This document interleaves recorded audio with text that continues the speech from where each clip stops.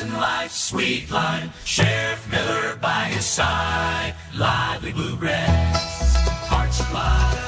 Brought to you by Big Rapids Tire, Sweet Hill Riverfront Community, Simple Luxury, Easy Living, Zott's Bar and Grill, Daggett Gilbert Funeral Homes, Paris Auto Service and Repair, M&M Lawn Care and Snow Plowing, and by M&M Collision Center. And here we are, Wednesday morning. Morning, Bob. Another day, huh? Yeah. Well, when you get to my age, you we sometimes forget what day it is, but it's another day, and we had a little rain there. It brought life to our ground. Our grass is turning green. It's pretty nice out there. But right now at 9 o'clock on this Wednesday morning, I want you folks that are listening just to keep my grandson, Owen Patrick, in your prayers. It's Matt's youngest son there. He's 9 years old, and he's going under a scope this morning at 9 o'clock in Grand Rapids. I pray the doctors find nothing, and it's a wake-up call. I mean, you just you sit back and you bitch about life sometimes, but boy, just to have it, you're just fortunate. So pinch yourself that you're alive this morning and enjoy life. But keep Owen Patrick in your prayers. We got a special guest this morning, but before I get to that, I got some sad news yesterday from the Schuberg family. You know, if you think of Big Rapids, what made Big Rapids was a lot of names: the Fairmans, the Wrights, the Savage, the Dennisons, the Whites, some of us Curries. Not me, maybe so much, but my dad did. He did a great job back in the day. Mel Smith. I mean, there's just so many people that I could mention. But one you can't never forget is the Schuberg family. There's different branches of the Schuberg family, and this particular one is Wayne and Anna Mae Schuberg from Rodney area. Wayne is kind of the unsung hero of a lot of people, and one reason I say that is because he was in the heavy equipment plowing cable for different utility companies or gas companies or whatever, but he worked out of town a lot. He had a lot of big equipment. He hired a lot of people. He never had a real big staff. I shouldn't say a lot of people. I should say a lot of people because he gave like the Johanssons and Danny Schuberg worked for him, I know, and Walker. And my brother John loved him. I loved him. You know, if somebody asked me to sum up Wayne Schuberg's personality, and I've met some of the greatest people Big Rapids has had to offer, I'd say Wayne Schuberg was the nicest person I ever met. And not to say that other people weren't nice people. They are nice people. But if I had to put a man, number one man in Big Rapids, the nicest person I've ever met and fortunate enough to know my whole life partner, would be Wayne Schuberg. Didn't matter where you go, what you were doing, Wayne would always make time. Didn't matter if you were 12 years old or 100 years old, Wayne would make time to listen to you. He was a man of words, very, very intelligent man, never bragged about himself. He was humbled by the accomplishments that he made in his lifetime. He never bragged. He had 3 wonderful, beautiful daughters. The most beautiful wife, well, is her sister Barb, and all the Warner girls were beautiful. But, you know, I'm going to miss him out to the golf course. My brother owns there at Clear Lake. Across the street, Wayne owned that field, and a lot of guys would shank their balls off into that field, and up till a week or two ago, Wayne and Anna Mae would be out there with their golf cart finding balls. I don't know what he ever did with them, if he gave them to his son-in-law, Bob Horn III, or Danny maybe, or Robbie, I don't know, but I bet you he's got a barn full of balls if he didn't give them away. There's a lot of people that shank balls over there. But, you know, I could talk the whole program on Wayne Schuberg because of his accomplishments, and the biggest accomplishment he made was making friends. I didn't know of anybody that ever spoke ill of Wayne Schuberg, and I wish I could say that about myself and others. He did, you might say he didn't get involved in politics. Well, he did, but he was a silent man. He was kind of like my dad. He just kept to himself, but yet if you asked him, he'd tell you his views on political opinions that he had. But he just, he loved to be with people. And he had the most quaint smile there was in Mecosta County. I mean, he was just a beautiful person. He lived to be an old man, but a young man at heart right up till the very end. He's always welcoming people to his town, to his house, to his land. He was very proud of what his parents had accomplished out there at the farm there. Did a lot of farming, a lot of acreage. Worked right up until, I don't know how many years, but I know he was well into his 90s. And I don't know. I feel bad because we're losing a piece of the heart that made America the America it is today. If more people were like Wayne Schubert, our country would be much, much better. And I'm telling you, I wish I could emulate him, but I'm a little bit too old to start right now. But if a young person ever wanted to read a book, if Wayne would have wrote one, and you would have followed his life, you'd be happy. You'd be happy, and you'd be content. He wasn't a weakling by any means. He was a very strong man, but big heart, big heart. So anyway, my prayers and thoughts are going to be with the Schuberts this next week or so. But I would just like to thank him up in heaven right now because I know he is a saint.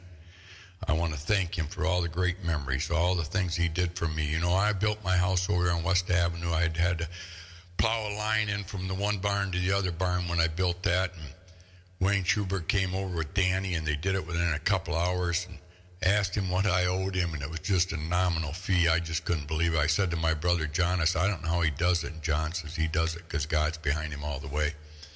He was a God man. I tell you, he was. So anyway, thanks a lot, Wayne. Till we meet again, I just want you to know I love you. And keep Anna Mae and the girls in your guys' prayers out there because we lost a champion of champions. The other one we lost recently is Pat Suzio. She worked for my brother Philip, and before that, I think she worked for whoever owned it at the time, Cash and Curries. She's the one who brought the kitchen life. Her and Allison, really were the two kitchen experts in Big Rapids for many years. Pat Suzio, as soon as you walked in there, you saw a beautiful blonde with a beautiful smile. She was so kind to so many people and helped people create their kitchens into their lifelong journey of being happy with their kitchens. You know what I mean, Bob? And I haven't seen her in a while. I mean, I think she moved out of town and remarried. Her first husband died, and she married a Murphy, I guess it was, yeah. But I put up on the sign Suzio because everybody remembers Pat as a Suzio, and prayers and thoughts to her family, too. All right.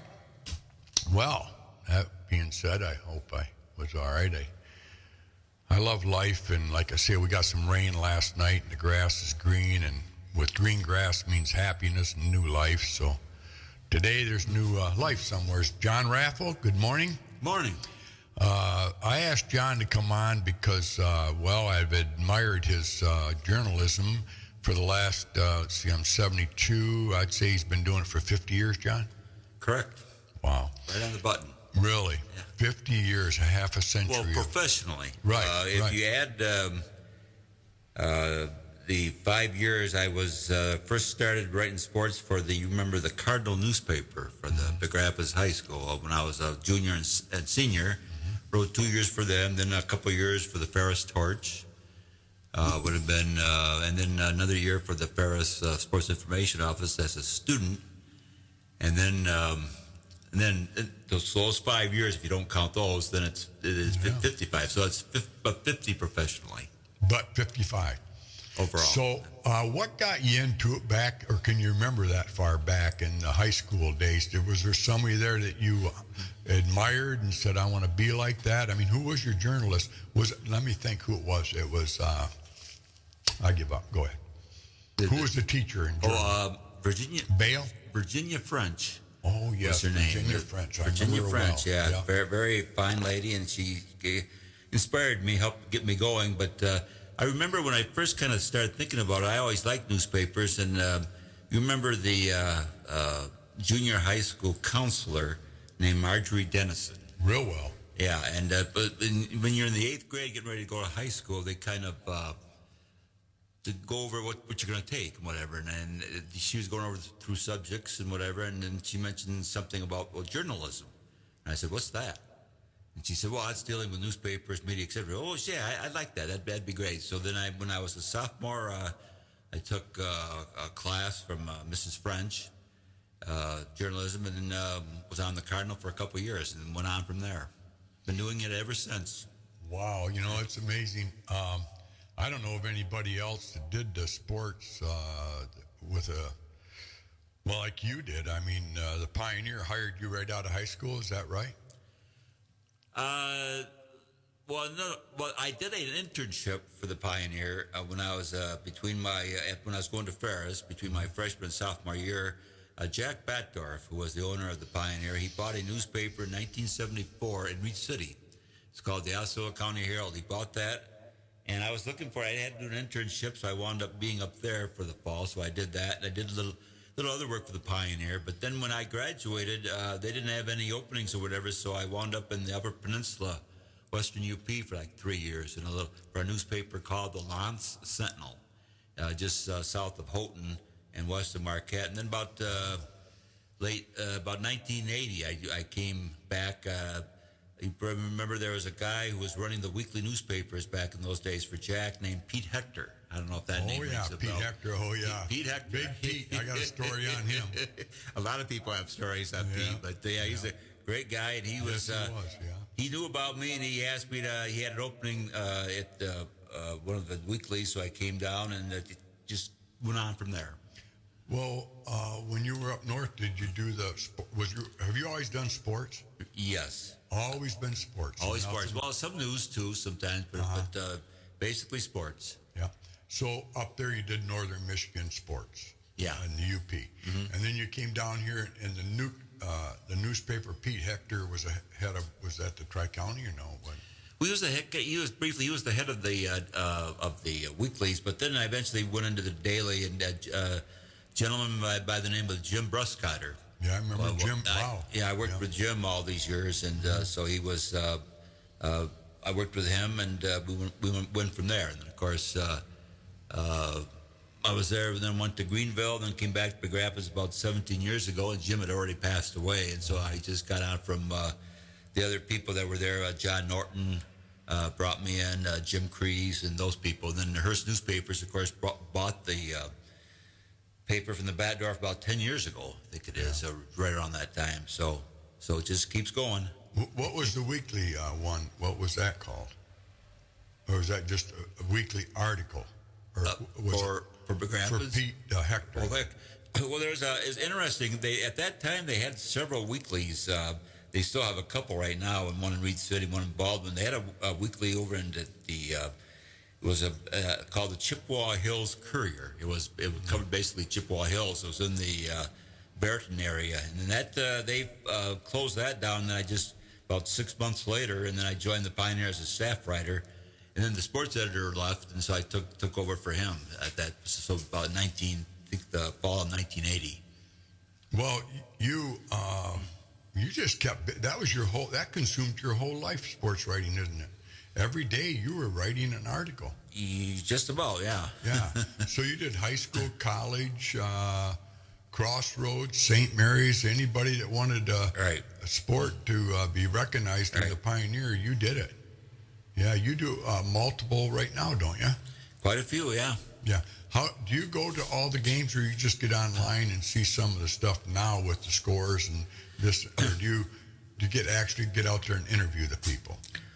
Yeah, I get out as much as I can a couple times a day, but try to get out there once to one event per day. But a lot of it is done over the phone, especially nowadays. Things have changed so much since they started back in 1976, 50 years ago. It was over the phone, but now you get so much via email, texting. In fact, email is a big thing that people send. That because that came in with the late 1990s. But and then of course when I first started out. Like when I did my internship for Jack Batdorf from Reed City, for manual typewriters. Remember manual typewriters? Worked on those until about the 80s and 90s, but that was you just talk about a typewriter to today's reporters and say, what the heck is that? Typewriter? What is that? Right. That's what we worked on back in those days. In fact, we would take typing classes at Big Rapids High School and electric typewriters back in the day. Okay, so, what how do I put this now? Pretty easy for me to put it anywhere I want.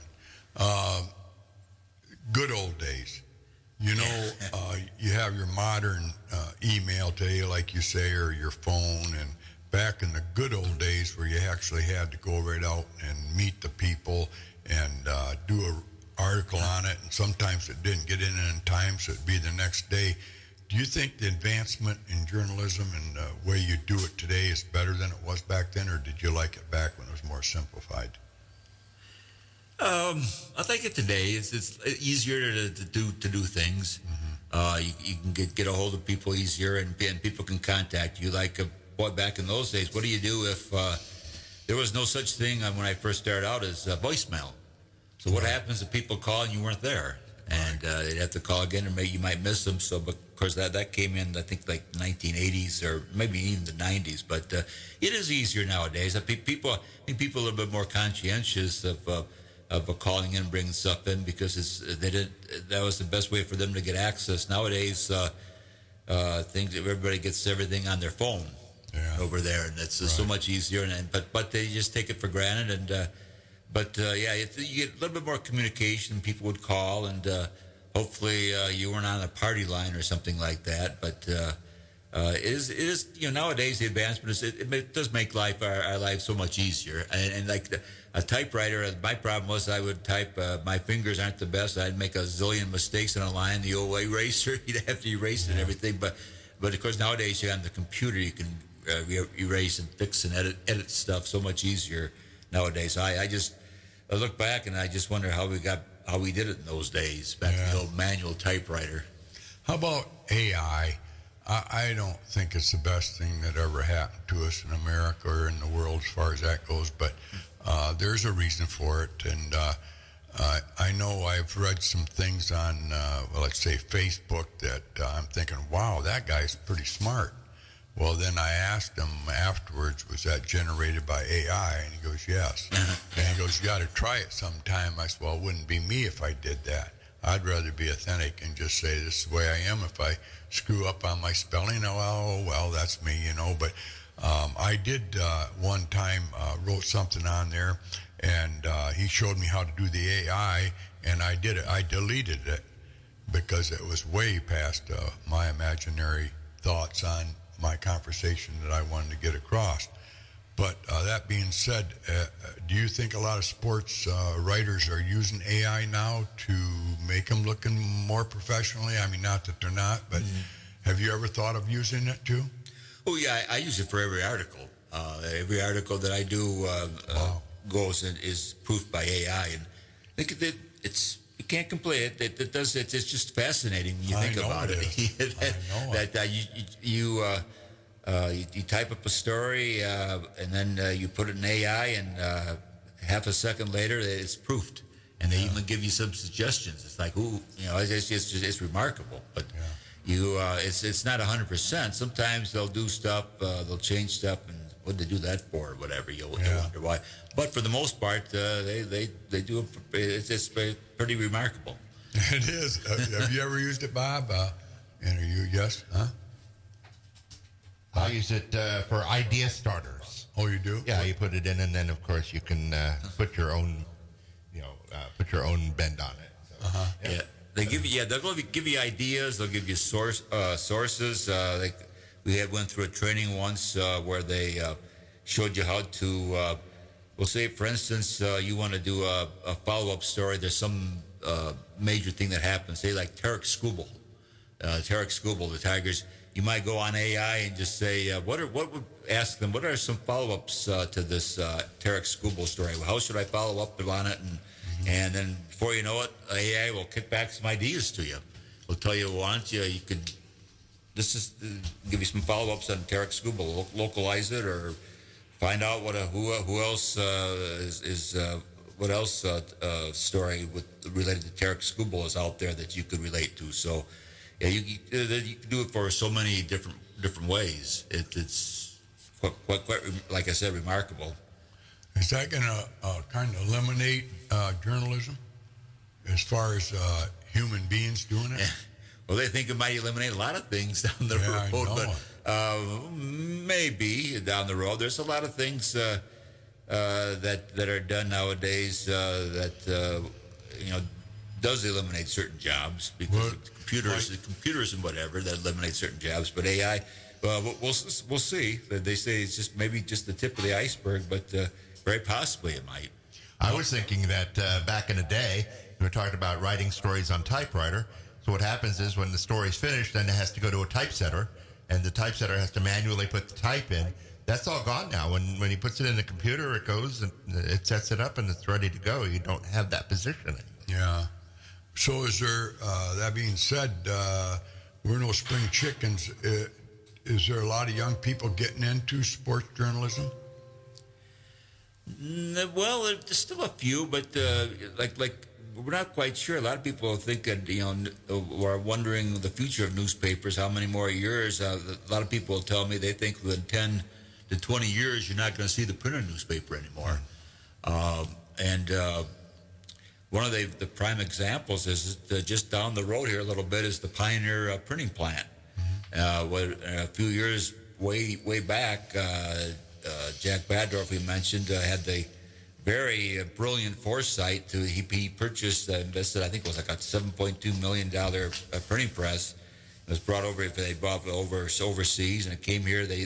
I was told that on like about 7 pieces of it came on flatbed trucks to come over there, and he had built the building over here. It's just a modern day print facility. And at one time at the Pioneer, all he printed was the Pioneer. Then eventually he printed another paper he owned, called the Manistee News Advocate, which he owned. He sold that paper to Hearst Newspapers because I think they were looking for another printing press facility. So they bought the Pioneer, and so when they bought the Pioneer, the Midland Daily News and the Bad Axe Review, I think it's Bad Axe Tribune, 2 papers that are also in the Hearst, those 2 papers are printed here. So it's now 4 papers. And then lately, they've added the Ludington Daily News and the Traverse City Record Eagle. I printed it at this place just down the block, just down the road here. And because the main reason is that for these people, these newspaper offices, they're not looking to build their own plant because why? Because it might not have newspapers down the road because the number of the subscription, there's still a lot, but the number of subscribers, the newspapers is down. So so a lot of them will just look for the nearest newspaper plant that's out there, and so there's 6 daily newspapers that are printed out there every day. Well, not on Sundays, but it's about every day. So in terms of, you go back to your original question about people getting into sports, a lot of it, people will get into doing blogs and onto computers and website things like that, and there still are papers out there, but a lot of them are so much getting into. Everything is on the website now. That seems to be the biggest thing. The younger generation, especially those that below 40 to 30, whatever, the youngsters that are growing up, they just about everything they read is on their phones there, and it's pretty. It's easier to get, and you can get it up to date too, compared to like the newspaper and whatever. But other people tell me, maybe you're one of those that the other older people say, I just have to have my newspaper. Right. I have it in front of me, whatever. Yeah. I'll go to the Bernie's and see a lot of the coffee shop and see Sam Rotary and whatever. A lot of people there with the old timers with the newspapers and stuff. So down the road, that'll be interesting to see what happens, because a lot of people don't think newspapers, the actual paper, will be around too many decades more. For a while, but not too many decades more. The Hearst, they own all the papers then? Right, yeah. They own all those papers that are printed here. Right. Wow. Right. So they bought up a lot of the news. Yeah, they don't own the Traverse City or Ludington. Those are owned by other people, but those people bring their paper here to be printed. Wow. And I think Hearst was when they bought the Pioneer, they were able to take their Midland paper and their Bad Axe paper over here, because I think their printing plants over there were getting pretty old. Wow. Yeah. Well, like I noticed an article in the Pioneer, and obviously everybody knows I've lived here my whole life. My dad did, and his mother did here. He was raised here. And the Curry name is Currie. And over the years, when Batdorf had it, they would have articles of my dad doing some shenanigans at 4th of July or whatever.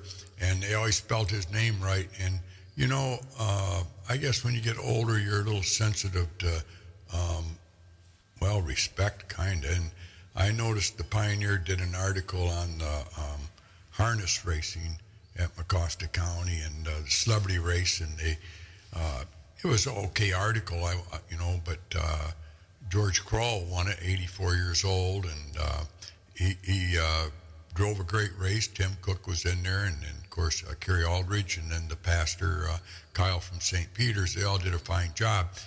Like I tell them all every year that the best horse is going to win. It's not the best driver. Yeah. But George did he drove a real good race, but he did have the best horse in there, and then Tim had the second best. Unfortunately, Curry finished up the track, but it wasn't her fault. She did a nice job training prior to that, but didn't win. Anyway, in the article, it didn't mention the other three, and that's okay. But then they said he was trained at Matt Curry's house, and Currys. Oh. Yeah, and I thought, that was probably AI. Because if you put Possibly, Curry on in the phone, if you put Curry's in the phone, it'll spell it Currys. That's very, very possible, yeah. Yeah, so obviously nobody does any proofreading. But anyway, we won't go into that. Back in the day, Ferris, we had some losing seasons. In your articles, you always tried to find the positives in that game, didn't you? I mean, back in the 70s and 80s, we didn't have the best of years. And then we had a lot of great coaches come in here and turned that program around.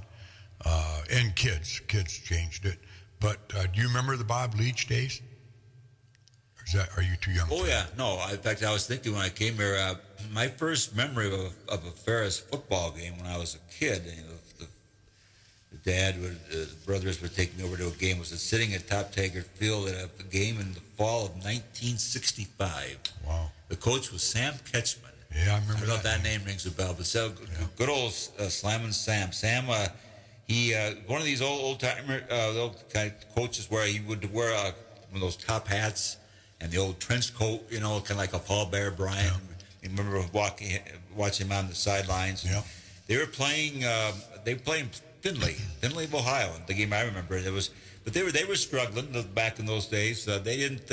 But people have to remember, you go back in the day, at one time, Ferris, for the long, long time, under Vic Spadhelf and some others, did not have athletic scholarships. Right. And they had to get the best kids they could, whatever. And I think in fact, one of Sam's quarterbacks one year was a gentleman by the name of Don Rankin. Don Rankin, his dad they named the student center after him. And Don was the quarterback at Grampus High School and wound up being a quarterback at Ferris one year. But anyhow, Sam was the coach back in the 60s. And actually, you look at some of the years he was there in the 50s and 60s, he had some good teams. But you'd see that they'd be 6-1, 5-2, and then he had a couple small 1-7 teams too. But remember that game when I was watching that they were struggling, and the whole fans got up and cheered for him when they scored a touchdown because so that was a little different back in those days. That was 65, and then of course Bob came in 67. And he was over at Flint, and he came in and took the job. And but he was like, I remember talking to Bob when he was still living a few years back. We were reminiscing about that. He got the job, like say maybe in May of that year, so he didn't have much time. I think he really had to work with the players he had. He just kind of threw people together. And he was 0-7 his first year, and then he went out and he got a bunch of. We did a lot of recruits and got a bunch of freshmen, and he wound up having a year of they were 7-1 back in '68, which was quite a year. I'll always remember that year. I remember being at the game when they won their 7th game. That was there as a fan. So then he was there for a couple more years. Then he went out to took a job with the St. Louis Cardinals. But yeah. Then we're going to take a quick break here, Bob. Half past the hour, and then we'll be right back with John Raffel and talk more about Ferris Bulldog football. This is Alec Gary of Daggett Gilbert Funeral Homes in Big Rapids and Barrington. I believe what sets Daggett Gilbert Funeral Homes apart from everyone else is our commitment to service excellence. When a family calls, we are there before, during, and after the funeral experience. I want you to be able to trust calling us We're here to guidance and counsel each and every single family to each and every single need. And we just feel like the commitment to families, especially ones that put their care and trust in us, we are going to go above and beyond to do anything we can to help a family during their time of loss. This is Alec Gary, a legacy of service, a promise of care with Daggett Gilbert Funeral Homes, located in Big Rapids and in Barrington. M&M Lawn Care and Snow Plowing has been in business for over 30 years, gaining the trust of Big Rapids and the surrounding communities. M&M Lawn Care can handle all your lawn care needs, as well as tree jobs and including removal. Call for a free quote, 796-4956. They're fully insured. Call M&M Lawn Care and Snow Plowing, proud local sponsor of Curries Hot Stove League. Hi, I'm Jay Valsheen, managing member and general partner of Sweet Hill Riverfront Community. Jay, tell me why I should live there. Sweet Hill Riverfront Community is a special place. It's right on the Muskegon. Anybody that's seen that river knows, there's just something special about it. And time just kind of slows down when you are near it, when you're living someplace that's on it. And there's just not a lot of stuff that's on the river here in this community. And when you go in this place, not only that, but the layouts of these condos, you're talking 2.5 car attached garages. You're talking 2.5 car. 2.5 car. Not just two. Yeah. Okay. We epoxy the garage floors, walk-in closets, open concept kitchens, leathered granite countertops. I mean, it's a really, really nice place to live. I think everyone should get in touch and find out more information about them. Please reach out to Joe McNally at joemcnallyhomes@gmail.com, or you can call him at 616-307-3026 at RE/MAX Together. Sweet Hill Riverfront Community. Simple luxury, easy living. When was the last time you checked your tires? At Big Rapids Tire, they know how important it is to keep your ride smooth, safe, and reliable. Whether you're cruising down the highway or navigating tough weather, a fresh set of tires ensures you're ready for anything. Their expert team will help you find the perfect tires for your car and get you back on the road with confidence. Brakes, alignments, struts, and shocks, they do those as well. Don't wait for a blowout, or worse, visit Big Rapids Tire for unbeatable prices, quality, and peace of mind. Big Rapids Tire, Northland Drive, just north of town. Come say cheers in Zott's Bar and Grill. Downtown Big Rapids. Great food, great prices, and great people. So come on down where everybody knows your name. Zott's Bar and Grill, the People's Choice Best Soup winner. The burgers are where it's at. Originally opened in 1933 with seasonal beers on tap. Located at 732 North State Street in Big Rapids. Zott's Bar and Grill is a proud sponsor of the Signature Player of the Week for the Hot Stove Sports League every Wednesday morning at 9 a.m. Hi, this is Pat Curry. We're right here with Brian Miller at 1039. We talk about what's happening with sports in Big Rapids. Well, we got a new sponsor. None other than the Great Body Shop right on Maple Street, east of the bridge in Big Rapids, Michigan. It's called M&M Collision Center. They're celebrating 30 years of trusted, top-quality auto body repair and remains the name you can trust. Whether you have a major collision repair or a minor fender bender, our award-winning team has you covered with free loaners and vehicle detailing with every repair. They work with all insurance companies and treat every vehicle like it's one of their own. From auto body repairs to supporting local community organizations, giving back to the community is part of who they are. Come and see Matt and Devin and Trish and Justin. Just a great group of people there. Come and see why Big Rapids trust M&M Collision Center of Big Rapids, where quality and community come together. Booked at Curry's. Pete, why do you come to Curry's? Breakfast, lunch, and dinner. I go to Curry's to get the cheeseburger with caramelized onions and mayonnaise and ketchup. And you're not going to ask, where's the beef? It's going to be in the bun. All right, we're back. All right, we're back. Bob Aldridge, 1039. We got a special guest, John Raffel. Huh? If you're watching online, you're wondering, oh, look at that. Oh, that's right. Looking right at your you don't have to look at me. But John Raffel has been a staple of the Pioneer and others in his career. But if you ever look at a good article in the sports page of the Pioneer, it's always John Raffel. Who is John Raffel? Well, he's been around here for 70 years, right, John? You're 70 now or 69? 68? Yeah, I'm catching up to you. I'll be 71 in October. I think at the same age. Your brother would be Joe? Joe, yeah. He's the same in the class of 73? Right, Okay. yeah, that's what I thought. Yeah, you're right. I remember you walking to work for many, many years I mean, at 5 o'clock in the morning when I'd be going to work, you'd be walking down State Street over to the Pioneer when it was at the Benedict manufacturing plant there. Right, yeah. Yeah, then you moved. But that being said, let's go on with sports. Ferris football. For some reason, that is really gone to the top. Yeah. And you've seen all the coaches, and we talked about Sam Ketchman, we talked about Bob Leach, and then we went into who's the next coach? Well, there's after Bob Leach, there was a coach that came from Michigan State named Dave Smith. He was here for only a year, and I think there was some. As I understand it, there was some. He didn't at that time. There were still no scholarships. They weren't putting much money into football, and he was. There was some controversy there that he had been promised scholarship aid, didn't get it, so he left. And then Nick Koso came in for 12 years. Then you had Nick, he had Dan Underwood, Keith Otterbein. Let's stop at Keith Otterbein for a minute. Underwood came in.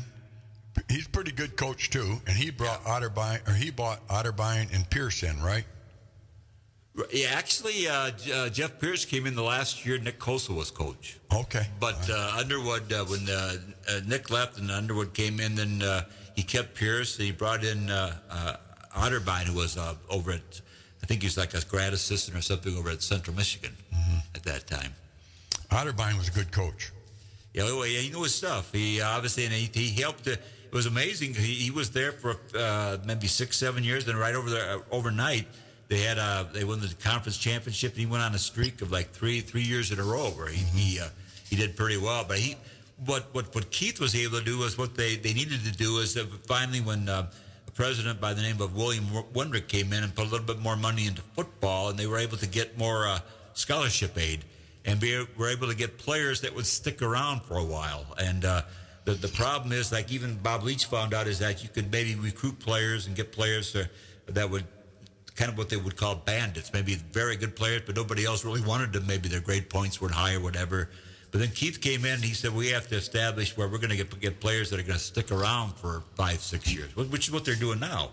And he was able to get that started. And I think one of the first ones that comes to mind is a player named Monty Brown, who's a Ferris Hall of Famer, played with the Buffalo Bills at one time. And he was one of those guys that was there for 4 years, and by that time he left. And he was an accomplished player, and they were getting more players that were sticking around and getting better and better rather than players that were coming in and out. And a lot of that dealt with financial stability that the presidents put into the program. But Keith knew his stuff, and he would also bring in. At one time, the coaches, you got to remember back in the day, we talked about Ketchman and Leach. When they were hired coaches back in those days, they were half-time coaches. They had to teach full load of phys ed classes. And then they were also the coach, wide receiver coach, whatever. But there's just more. And at that time, Keith Otterbein helped to start bringing more coaches in. But back in the day, you had to do a lot of coaching on your own and stuff. But Keith was here and at Ferris, and he started to put that program in the map. They started going to national playoffs and things like that, winning conferences. So he was able to do a pretty good job. I think he was there for like 9 years. Then he left. Yeah, he had offensive coordinator Barry Fagan, I think it was. Right. And then defense was Jeff Pierce. Right. Butch Jones coached with him, or did he come with Pierce? Remember Butch Jones? Yeah, I think Butch Jones was with Otterbein, if I remember. Yeah, I think so too. He's quarterback coach, I think. Yeah. But anyway, so then Jeff Pierce, Otterbein left, went to Hillsdale, right? No, he went to Ball State.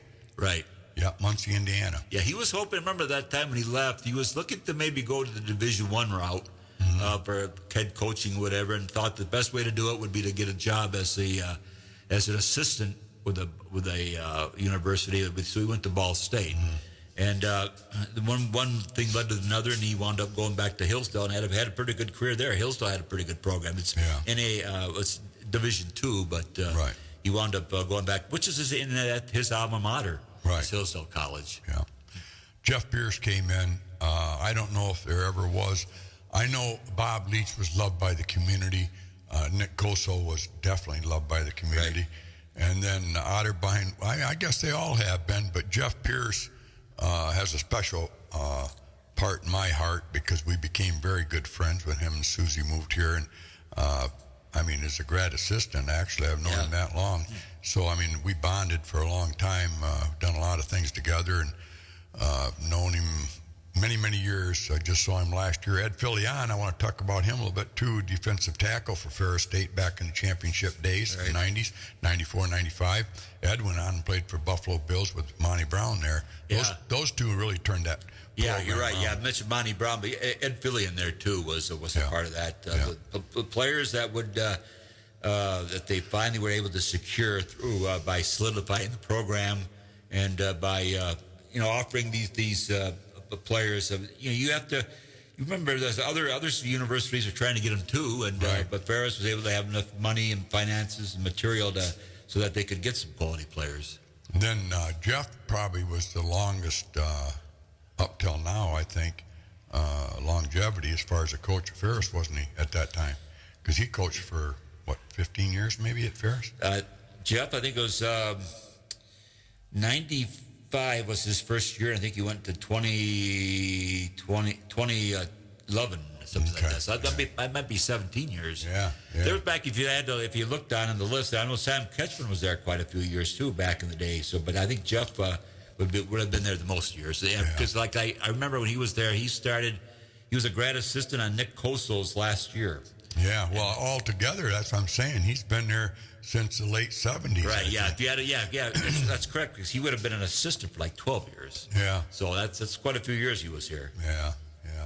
And then all of a sudden, I remember back when Grand Valley had a couple repeats there on the national level. I thought, wow, Ferris will never get there. That's I'd never thought that either. That's what I was going to ask you. Did you ever think Ferris would be who they are today? You didn't. No. In fact, what Keith Otterbein did was, what Keith did, and he had built them up. That was pretty remarkable too. And then they went back in the 90s. They had some financial difficulties, but back in the days when one time. The administration had proposed cutting hockey. Yeah, that's right. And the hockey and that to football, and there were some cutbacks being made, but then things turned around, and no, I never would have thought. In fact, I talked with when the first time they won the national championship. I asked Tony Anise in a story, and probably a lot of people have asked him the same question too. Said, when you took the job, Tony, did you ever imagine you would be at this level? And he said, no. He said, because I was very apprehensive about it, because at that time he didn't feel, he said, compared to Ferris was putting some money into it, but he looked at what Grand Valley puts in and stuff. Right. He just didn't see where the money, he was kind of hesitant. He didn't know how it would be, how the program might turn out because of the financial situation, But that's one of the reasons now you ask Tony, people will ask Tony Anise, well, Tony, why are you still there? And one of the reasons is, he said, because he's getting fabulous support from the current president, Bill Pink and the Steve Brocklebank and Kirk Weisenberger, and the support he's getting is just second to none now. And back in the day, there was, maybe it might not have been that way, but but even despite that, you can put a lot of money into the program. Like, look at, Ferris is the only school that puts a lot of money in their program. Saginaw Valley, a lot of the schools have put in as much money into their program, but they're not doing nearly as well as Ferris is doing. And a lot of that goes to Tony Anise and the staff and a lot of the guys that he has there, because it's just. It is remarkable what's being done. Because you look at his record is like ridiculous, 150 to 10, 15, 20, but I tell people, I said that there is one guy, and when it comes to sports at Ferris, that I feel really, really sorry for, and they said, well, who's that? I said, the guy that takes Tony Anise's place. I know. Yeah. That guy can't. Can't win. But and to follow his shoes, it's like with Nick Saban, a lot of these people, and Bo Schembechler, whatever. That's the problem. Is how do you fill his shoes? Because nobody lasts forever, and eventually there'll be somebody after Tony Anise. Hopefully not for a while yet. But that's just the problem, is because now we're spoiled rotten. Yeah. And nothing. And even this year, Tony always. he always talk about what people will say. Hey, you going to win another championship, Tony, or whatever? He said, well, no. He said that. He said, don't. What we've accomplished is tough. We just don't do it overnight, and a lot of it is they're fortunate, and so it's not going to last forever. I talk about Saginaw Valley. The 4 years that Ferris won the national championship, Saginaw Valley could have beaten them each of those 4 years. Yeah. Two of those games went to overtime. Right. One went down to the last play. One went down to the last drive. But they wound up beating them. Right. But that just goes to show you that the things are just going their way right now. They did 30 straight wins. And in that 30-game streak, there could have been some losses there. But just not only, but there's good coaching, good administrative support, and some good luck. And that good luck, you can't beat sometimes. The ball just bounces the right way. Yeah. Whatever. So, but to their credit, when you have a good coach and a good support or whatever, then good luck will follow, and that's why they're where they're at right now. I got a question for you. You've done a lot of articles and you've interviewed some of the greatest coaches there ever was around here. What separates Tony Annese from these other coaches? Like, for example, they hire his assistants away. He's got 4 of them out there, I think now, and they can't beat him. But yet they were with him when he was winning. Yeah. And he's still winning. But like Saginaw, they just fired their coach last year and hired a new guy, and that guy got him into the playoffs, and he had a hell of a record. Like you said, he almost beat Ferris, but he didn't beat Ferris. And the reason he got fired, I heard, was because we want somebody that can beat Ferris. That's not going to happen overnight. That's not going to happen in this century, I don't think, not with Tony Annese there. But what do you think? I asked the players, what separates Annese? What does he have that nobody else has?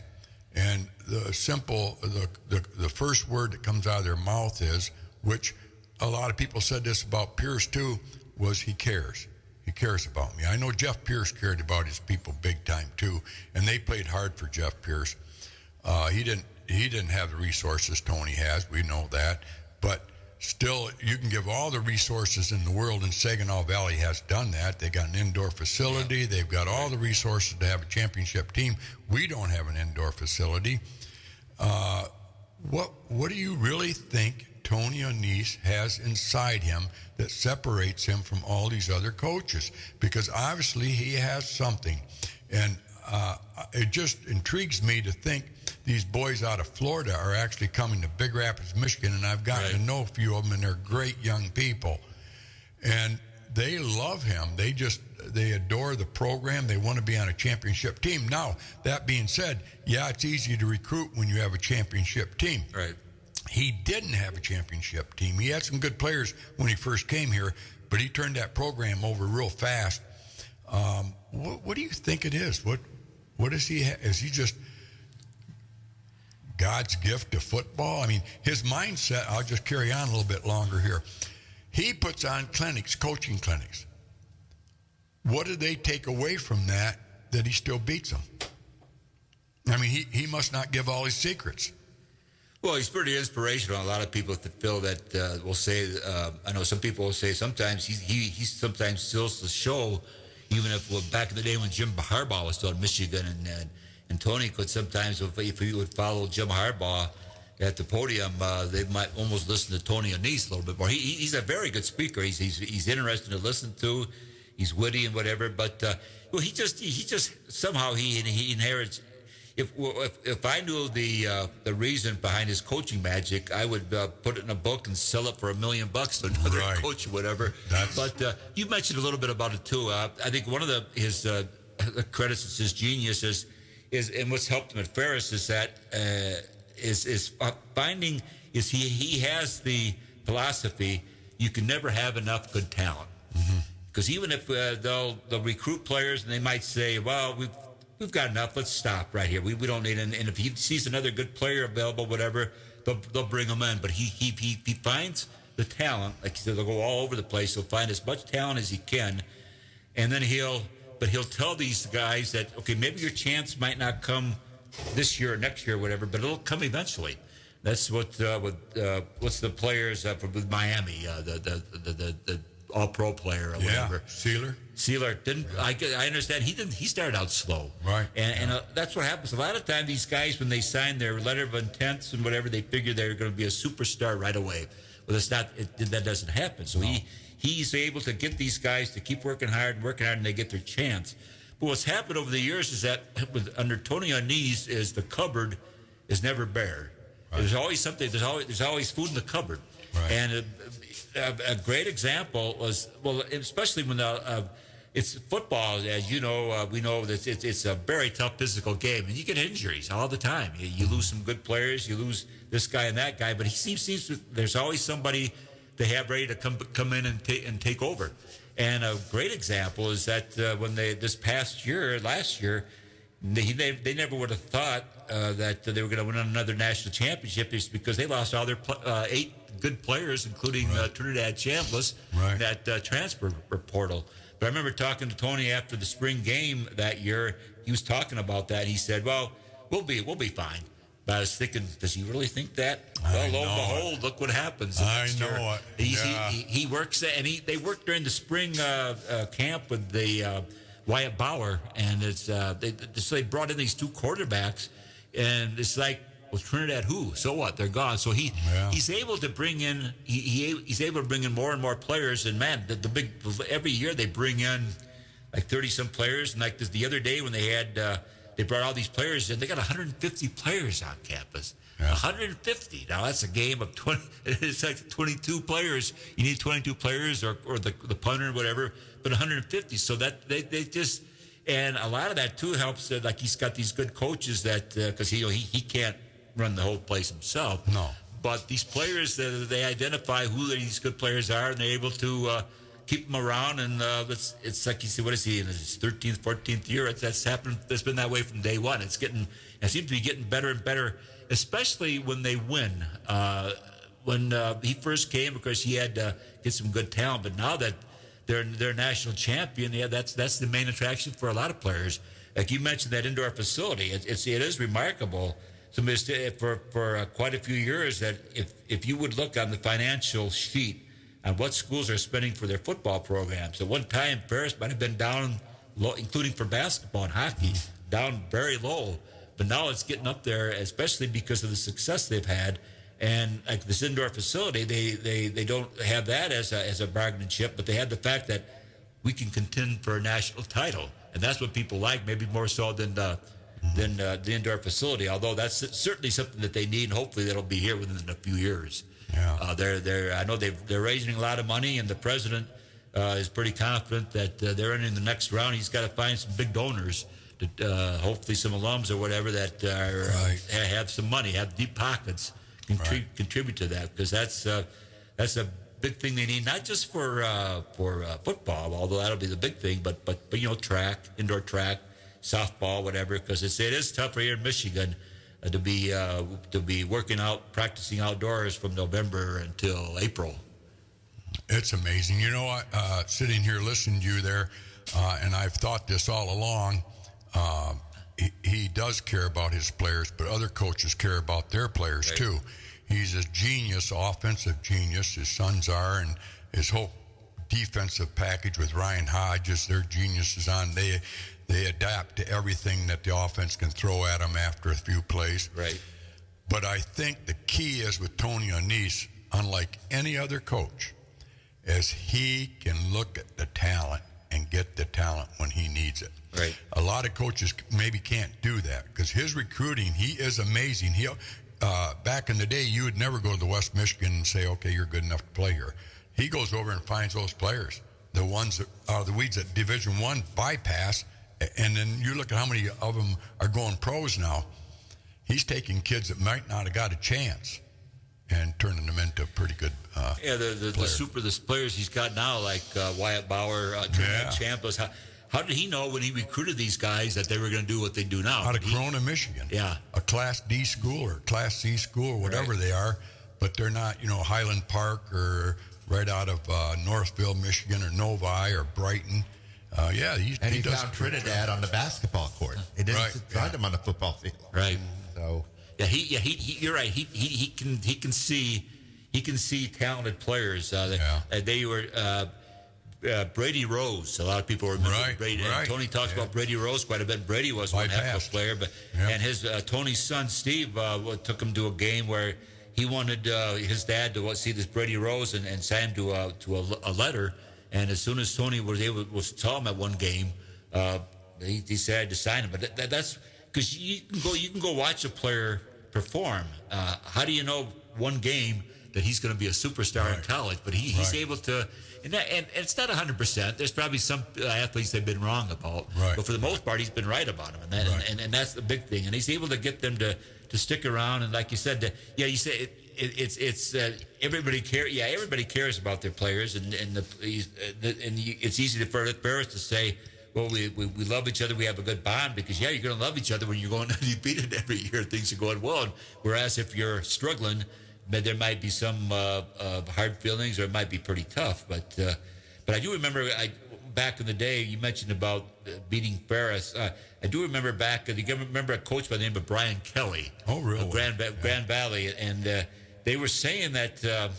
Now, when Keith Atterbein came, Keith was able to finally turn it around where they were able to beat Grand Valley. And I heard a Grand Rapids Press sports editor told me once that the coach, the Grand Valley president, took Brian Kelly into his office one day, and he looked at Brian Kelly and said, "You got to start beating Ferris. I don't want Ferris to beat you guys anymore." So Brian Kelly saved his job by beating Ferris and went on to win national titles and go to Central. So you're right, and I think since then they've had some others, but there's a lot of people that the presidents will say, and it's on Grand Valley's mind too, is that they have that on the top of their list: beat Ferris. Yeah, easier said than done, though. Right. Yeah. Basketball, Ferris, real quick. Any coach stands out to you as just one of the best coaches of all time in basketball, Ferris? Well, I was lucky enough to grow up to when Jim Wink was coach at Big Rapids. And in fact, somebody was once saying that Jim might have been, because Jim always coached when he didn't have scholarships for the most part. Right, yeah. And he had some very good teams. And they said that Jim Wink was a tremendous coach in terms of getting players to produce for him, getting players to work together and things like that. So Jim did some remarkable things. He may stand on top there. Later on, though, Tom Ludwig, but Jim was in Jim Wink's later years, things were changing. Perhaps his recruiting sources weren't as strong as they used to be, and Ferris was way behind, had to get going, and Tom Ludwig came around and really helped to continue that program. And obviously, then what Andy Brockema did. Right. The story about Andy Brockema is that he came here to Big Rapids and got a job coaching at Crossroads, or teaching at Crossroads. He applied for the open job at Crossroads and didn't get it. I know it. I remember that well. You've heard that story.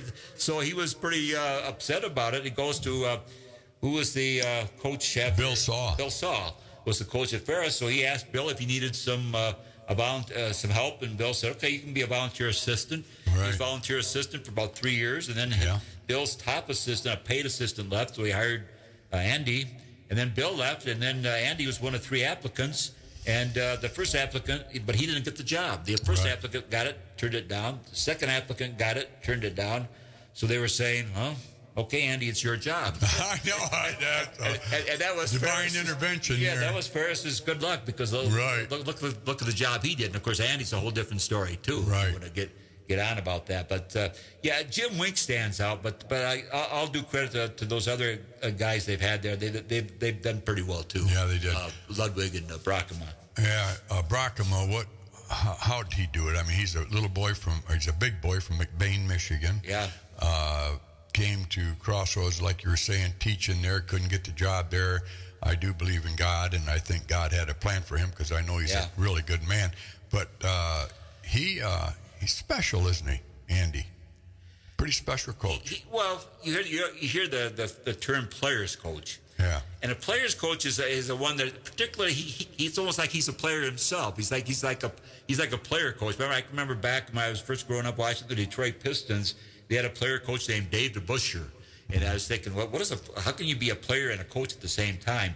Well, Andy's kind of like that. He was he could really relate to the players, and I think he just had a special bond with the players because he was a player's coach. He was like he was a player out there, and he's from a small town, and sometimes that from McBain, and McBain's got some pretty good basketball there. Yeah, the Koopmans and whatever, and so Andy came from there, but he just was able to, and he got some good players. Remember the player who was the Zach Hankins. Right. He recruited him. Right. And Hankins he recruited Hankins when he was a junior, signed him. Then Hankins broke his foot as a senior. He didn't even play. But yet he got back, got healthy, and he was the key to that championship team that Andy had. But Andy was able to get some other good players too. So basically, I think what to Andy's credit was he's just a players coach. He could identify with the players, and they obviously played for him. Yeah. WBZX Big Rapids. Boy, that fast hour, wasn't it? Yeah, see what happens. Well, anyway, I'm real happy with Andy going to Central. I think he's going to turn that around too, don't you, John? Well, I hope so. I think it depends too sometimes, as long as he's got the support and they give him some time and they are patient with him, whatever. He had a challenging first year, but the program is not I haven't kept track of Central Michigan basketball, but their program is down a little bit. But it takes a while. He didn't turn Ferris overnight. Ferris was like 11 and 10, 18 his first year, and then he turned him around. But key thing is he's got to find players and to work into a system, and he's got to go from there. So that portal's really screwing everything up, though, isn't it? Sure is. That's sad, isn't it? Yeah, I don't even know why I don't know if I'd want to coach in today's world. Yeah, because you invest so much in a player, and then lo and behold, he's gone. Yeah. And one player I was sad to see leave, but was Carson Golker. But they don't. But they, like I said, but they got somebody to replace him though. But he's the one that left for Ferris, and I understand. Of course, they lost some key ones, but it's the same thing in basketball too, and the same in hockey. I know. Also, but you follow Ferris hockey as much as you do the football and basketball program? Sure. Okay. So I understand that Ferris hockey recruited a Swede up there and had him signed and everything, or close to signing him, and then Lake Superior got him for $50,000 a year. Some donor up there is giving $1 million a year Possibly. up there to help them support their. Well, they said needs. Chambliss got 300. I think both Shively or somebody said Chambliss got like 300,000 or something like that, or quite a bit. So I don't know where that you lose your amateur. I don't know where that came. Why the NCAA has gone that route. It's just like baseball, John. Look at Detroit Tigers back Al Kaline days. Mickey McAuliffe and Cash, all those good guys, Gibson, Tramble, Whitaker. Now those days are over, and that's quite frankly why I don't even care to go to a game down there because it's all about money. Those guys bought off, and like the pitcher there. Remember Al Kaline? Yeah. They said one year, Kaline, Jim Campbell was going to brought Kaline to his office. Back in those days, it was a 1-year contract. Right. And Al Kaline came in. He was the top player, and Campbell said, Al, he said, we're going to make you our first $100,000 a year player. And Kaline said, no, I had a bad year, Jim. No, I don't deserve $100,000. And so he wouldn't take it because he said, I didn't have a good year. Now, eventually he got the $100,000, but that goes to show you, he felt that he wasn't worthy of it, so he didn't take it. $100,000 back in 1960 or whenever that was. So, times have changed. Do you have any story that stands out and you say to me yourself, wow, I did a great job there on somebody or some team or whatever? Do you recollect any of that at all? What was your best article on a guy or a team? Did you really favor one particular article? No, there's been so many. I've enjoyed. I always say like each article I like each athlete I like, because I never met an athlete. Because if people that know John Raffel may be the worst athlete of all time. I always say that the good Lord, when He made me, said, well, we're going to give John Raffel an interest in sports. So he gave me interest, then he was going to give me talent, but God got interrupted, so he went on to the next person. So I just didn't quite have the talent that a lot of athletes had. But I always think that for that reason, I'll even respect the middle school kid because he thinks he can do things better than I do. So I respect everything, but I like all I just, to go to somebody, maybe when I leave here, I'll think of something, but I remember back in the day, one of the beats, one of the assignments that I really enjoyed was the first state championship team I covered when I was at the Pioneer back in '83 was Chippewa Hills. And they won a baseball state championship, and I knew the kids really well back in those days. There's a guy by the name of Jim Novar, and he and I got to be very good friends, and I still see Jim to this day.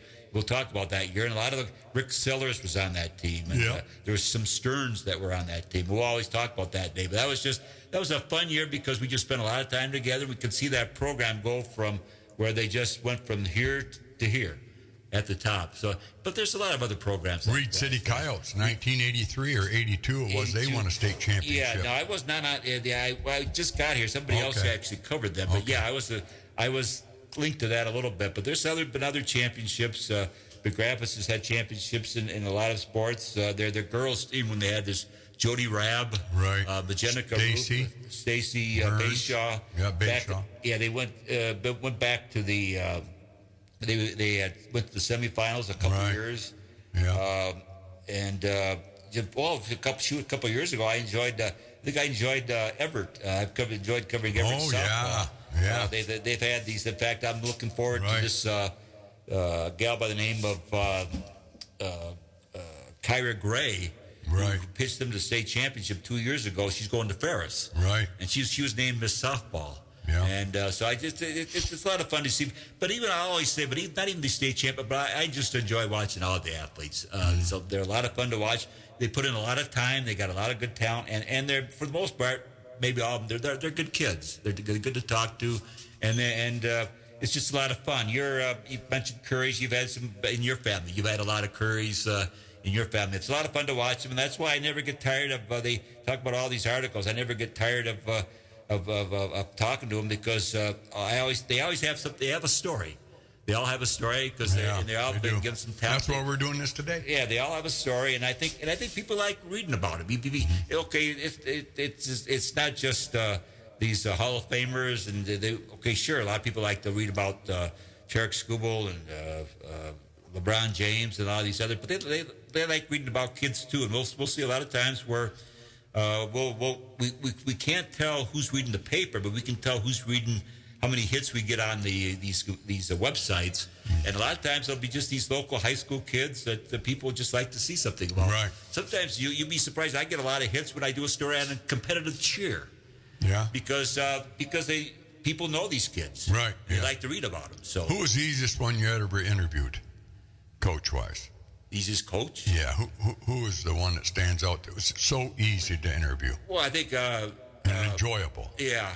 All of them, but Nick Koso was always one of my favorites because Nick was such a personable guy. Yeah. I wish he could have had a little bit more support back in his days financially, and a little bit more support when he coached football. But he's a gentleman, just a fine gentleman, and I always liked him. He was a fascinating person. Talking to Tony and. They're all fascinating in their own way. They're all different personalities, but Nick was definitely a very good person. And there's probably others when I leave here. I'll think about that. How about the toughest one you ever did? You have any tough ones that you sit there going, "Oh boy, this is still a tough one here"? No, not really. Not really. Okay. There's some that are soft spoken. That it was tough to get nothing out of, but I can't really that's what I mean. Anybody. You got anybody in mind that was? I mean, we've had a lot of great coaches, and I just wondered if there was one out there that just was uncomfortable. No. Well, when I talked about, I mentioned Jim Wink was a nice guy you could talk to a lot. He was very soft spoken, so he might have been a little tough to interview from that standpoint. But that's maybe not even a fair thing to say about him. No. Rick Duffett was the first Ferris hockey coach. Yeah. I was here when they started, and Rick was kind of a soft spoken person also. And it was maybe sometimes tough to interview, but for the most part, he was pretty good. I don't really have anybody, but he's the story in and of himself because I was here when they built the Ferris Ice Arena back in 1974. I was a student at Ferris, and Rick was the high school coach at Sault Ste. Marie, so he came here, and eventually he took over the job. He went from being a high school coach to Division I coach overnight. So that was a lot of pressure on him. But there are other coaches that could be a little difficult for the most part. But that might be due to other factors. But for the most part, I'd say just about all the coaches are fine to talk to. I didn't really meet anybody that was difficult that I disliked. You've had a great career. We're going to wind down here because I'm sure Bob wants to get going on his singing and songs. But how many more years are going to see Bob or John Raffel with the How many more years are we going to see you, Bob? Yeah, Bob too. But how many? You love it so much. I know it's your passion. You'll never quit, will you? As long as I can. Sure, Yeah. no. Right. People ask me that all the time, and I say I don't know. Yeah. You know, and I don't even worry about it. I just worry about what my next Keeps you going though, doesn't it? Yeah, and I always remember a coach back in the day, a football coach when I covered some sports in downstate Detroit. Football coach by the name of Alfred Kessa at Birmingham Brother Rice. He coached until he was about 80, and he made the comment that always sticks to me. He said in his last game in the post, he was almost tears coming out of his eye. He made the comment. He says, "When you love something so much, it's tough to say goodbye to it." And he looks at everybody and says, and you all out there know what I'm talking about. Yeah. When you love something so much, you can't say goodbye. Yeah. And when I have to say goodbye, it'll be tough. But you stay on because you love it. You love doing what you're doing. And when you love it so much, it's just, well, like a person too. You mentioned Wayne Schuberg, whatever. When you love somebody so much, it's tough to say goodbye. Yeah. When you love a job or something with so much, and it's just a part of your life, it's not easy to say. Maybe for some people, they can say, "Yeah, I'm out of here. Right. Take this job and shove it." But for others, when you love something you do so much, you just can't say goodbye. And because let's face it, there's probably a lot of people out there that did leave jobs maybe sooner than they wanted to. So, but when the time comes, it'll come. Yeah. But I don't know when. Yeah, it's tough. I know. I've been there. It's hard for me to leave the gas station. You know, I've done there ever since I was washing cars when I was 13 years old, and then all of a sudden hand the key over and say, I'm done. It really is hard, and I appreciate that statement there because that's me. But anyway, that being said, it's been a very enjoyable 73 minutes this morning.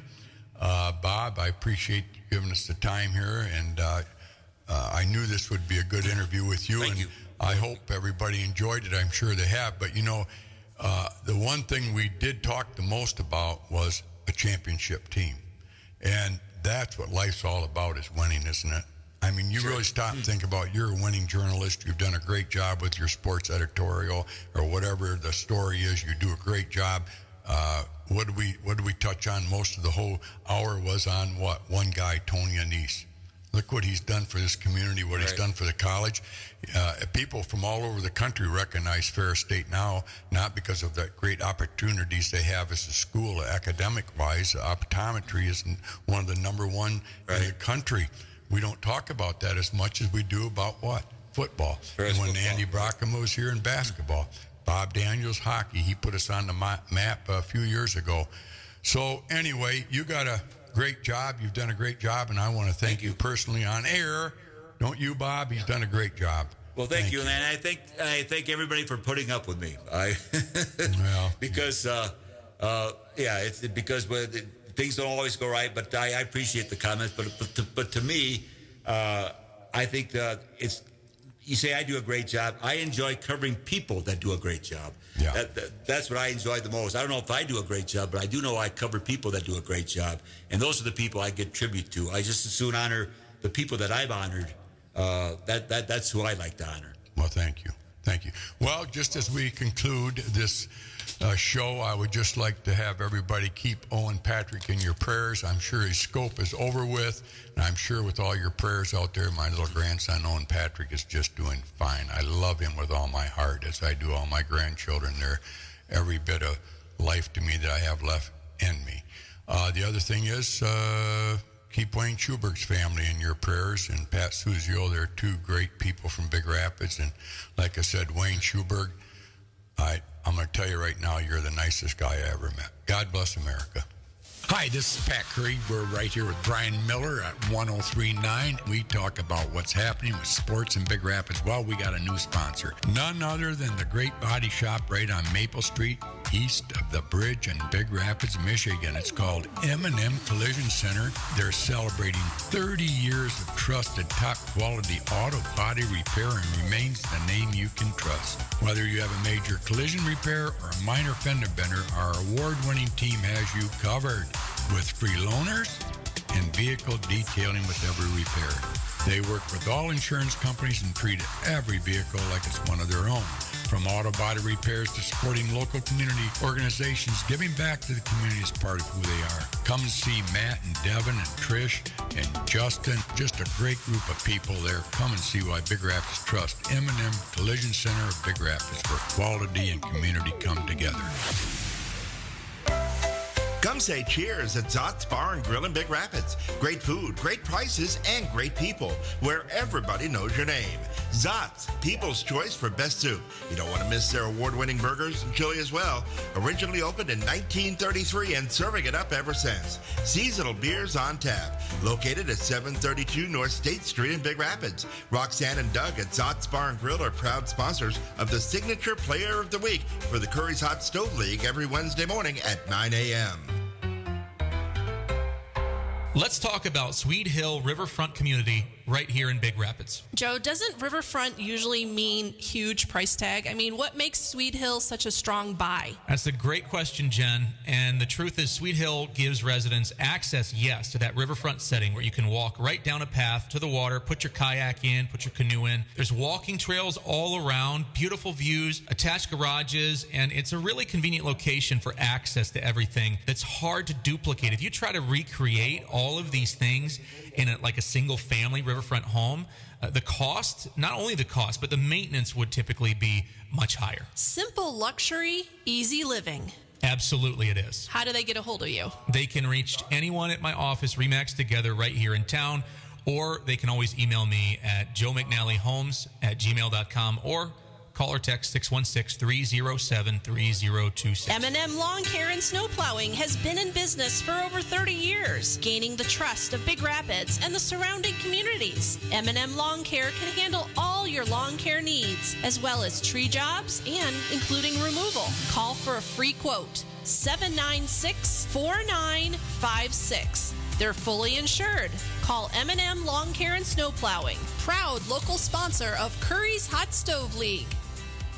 This is Alec Gary of Daggett Gilbert Funeral Homes in Big Rapids and Barrington. I believe what sets Daggett Gilbert Funeral Homes apart from everyone else is our commitment to service excellence. When a family calls, we are there before, during, and after the funeral experience. I want you to be able to trust calling us. You know, we're here to guidance and counsel each and every single family to each and every single need. And we just feel like the commitment to families, especially ones that put their care and trust in us, we are going to go above and beyond to do anything we can to help a family during their time of loss. This is Alec Gary, a legacy of service, a promise of care with Daggett Gilbert Funeral Homes, located in Big Rapids and in Barrington. When was the last time you checked your tires? At Big Rapids Tire, they know how important it is to keep your ride smooth, safe, and reliable. Whether you're cruising down the highway or navigating tough weather, a fresh set of tires ensures you're ready for anything. Their expert team will help you find the perfect tires for your car and get you back on the road with confidence. Brakes, alignments, struts, and shocks, they do those as well. Don't wait for a blowout, or worse, visit Big Rapids Tire for unbeatable prices, quality, and peace of mind. Big Rapids Tire, Northland Drive, just north of town.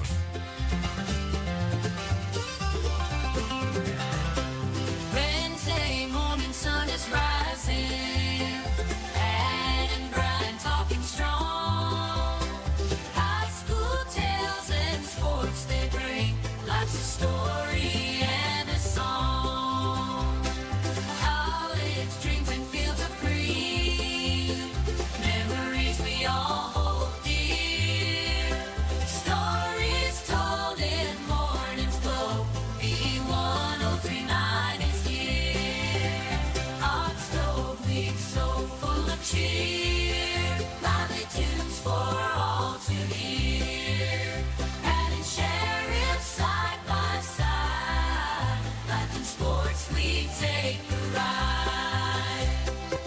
you by Big Rapids Tire, Sweet Hill Riverfront Community, Simple Luxury, Easy Living, Zott's Bar and Grill, the Daggett Gilbert Funeral Homes, Paris Auto Service and Repair, M&M Lawn Care and Snow Plowing,